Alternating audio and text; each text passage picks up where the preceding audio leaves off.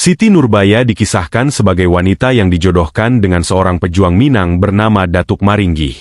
Sang Datuk digambarkan sebagai pendobrak kesewenang-wenangan Belanda di tanah Minang pada akhir abad ke-19. Tapi meskipun berjodoh dengan pejuang, Siti Nurbaya lebih memilih Samsul Bahri, seorang Minang yang tercatat sebagai kapten tentara Belanda. Samsul Bahri sejatinya pengkhianat, sebab di tangannya entah berapa ratus atau bahkan ribuan pejuang Minang yang nyawanya melayang karenanya.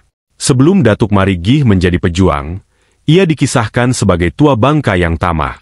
Sementara Samsul Bahri digambarkan sebagai seorang terpelajar berbudi baik. Tapi takdir memang terbalik-balik. Dahulu Datuk Maringgih seorang tamah kemudian berubah menjadi pejuang. Sementara Samsul Bahri yang dahulu seorang yang baik budinya justru menjadi pengkhianat. Perubahan kedua tokoh itu dikarenakan sosok wanita rupawan bernama Siti Nurbaya. Pada mulanya, sebelum Samsul Bahri berangkat ke Batavia, Jakarta, untuk menuntut ilmu, ia rupanya menyatakan cintanya kepada Siti Nurbaya. Siti Nurbaya hanya diam tak membalas. Kemudian bersamaan dengan itu, tepatnya selepas kepergian Samsul Bahri ke Batavia, Siti Nurbaya menikah dengan Datuk Maringgih. Alasannya adalah karena ingin membebaskan orang tuanya dari lilitan hutang. Orang tua Siti Nurbaya dikisahkan tak mampu membayar hutang pada Datuk Maringgih, sehingga dengan terjadinya pernikahan antara pemberi hutang dan anak gadis yang diberi hutang hilanglah kemudian hutang piutang di antara keduanya.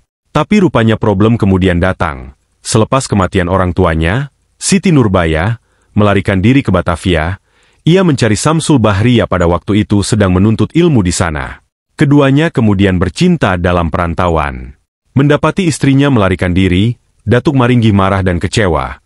Ia pun kemudian melaporkan ke polisi Belanda atas tindakan istrinya yang melarikan diri itu dengan tuduhan membawa lari harta bendanya ke Batavia, dan hidup bersama Samsul Bahri di sana.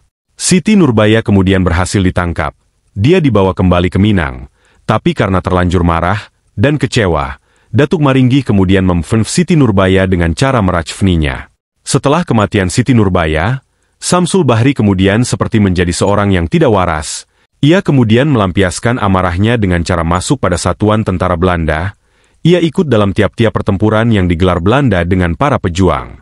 Misinya cuma satu, mati dalam medan pertempuran. Samsul Bahri kini berubah menjadi tentara yang tidak takut mati, bahkan menjelma menjadi seorang tentara yang kejam, sebab selepas kematian Siti Nurbaya, baginya hidup tak berharga. Tapi bukannya kematian yang didapat olehnya, tapi malah ia diangkat menjadi kapten, karena jasa-jasanya yang selalu berhasil menumpas pejuang. Sementara di lain pihak, atas tindakan kesewenang-wenangan Belanda dalam menerapkan pajak, Datuk Maringgih kemudian terjun ke medan pertempuran. Ia menjadi panglima perang para pejuang. Selanjutnya dalam suatu pertempuran bertemulah Datuk Maringgih dan Samsul Bahri. Keduanya saling tembak, saling tusuk, hingga kedua-duanya mati dalam pertempuran.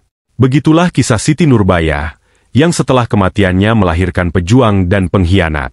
Kisah di atas merupakan kisah fiksi, diambil dari novel karya Marah Rusli yang terbit pada tahun 1922 Masehi.